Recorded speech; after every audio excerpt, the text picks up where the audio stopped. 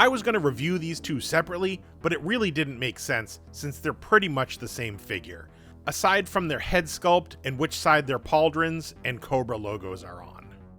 Here is Crimson Guard Commanders, Tomax and Xamot, part of the Classified Series, number 44 and 45. Let's get these out of the box and take a look at them. But first, make sure you like and subscribe. If for some reason you have no idea who these characters are, they are twins who have a unique psychic connection as well as a mirrored look and abilities. They look so goddamn like the same person. As with a lot of the early 80s G.I. Joes, I wasn't able to get my hands on some of them as a child.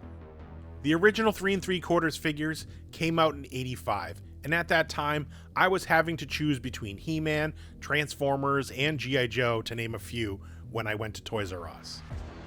If I was able to have gotten my hands on them, as cool as they are, I was not very keen on buying a lot of Cobra figures. Looking back, I don't know how I had as many battles as I did, because I didn't have a lot of bad guys. I guess I just had enough to make it work. I ended up getting these last year at Ollie's during their pre-Christmas action figure sale. I got them dirt cheap. That's how long I've had these without unboxing them. These two figures are really well sculpted and the paint job is spot on. A lot of the Classified series has been updated or modernized to one extent or another, but they have really kept these characters true to form. Unlike the original, which were sculpted on the character, you can take their pauldrons off, but you have to remove their head first. They look pretty weird without it. Per usual, they come with the standard double-hinged elbow and knee joints, as well as that great ab crunch.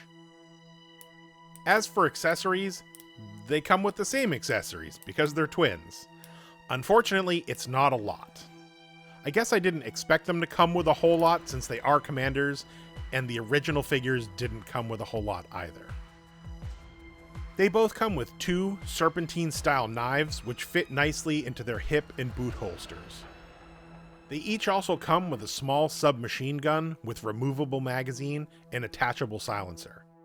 I do like the addition of the silencer, it gives it character.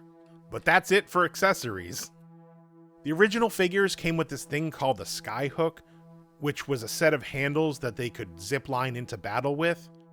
I don't know about anyone else, but any characters that came with some sort of zipline or cable thing never got used as intended. They either never got set up or they were just tossed aside. I'm glad they didn't incorporate that Skyhook. I think it would have been wholly unnecessary. So I only have one gripe for this figure. I would have liked for some sort of system to hold their gun on their body while they're not holding it. Something like a strap or a peg on their belt or a clip on their back that they could slot the gun into. Just that one extra step so the character doesn't have to hold his weaponry, but he can always have it on his person and you don't have to find a place for it. If you haven't heard in any of my previous videos, I'm a big proponent of a character being able to carry all their own accessories when not in use. Other than that, let's get these up on the turntable and get my final thoughts. This is the third version of these figures I currently own. I got the original 3 3/4 version from a friend 15 years ago. I also bought the 25th anniversary release that came with a comic book back in 2008. I have both of those on my channel in the Gijoe playlist if you want to check them out. I really love what they did with these figures and I am so happy to have them in my collection. They kept them very true to form, bringing them up to the 6-inch scale. I absolutely think these two need a diorama. If you have any ideas of what that looks like, please leave it in the comments. If you like this video, make sure you like and subscribe.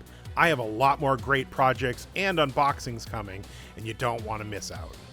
Thank you, and I'll see you in the next one.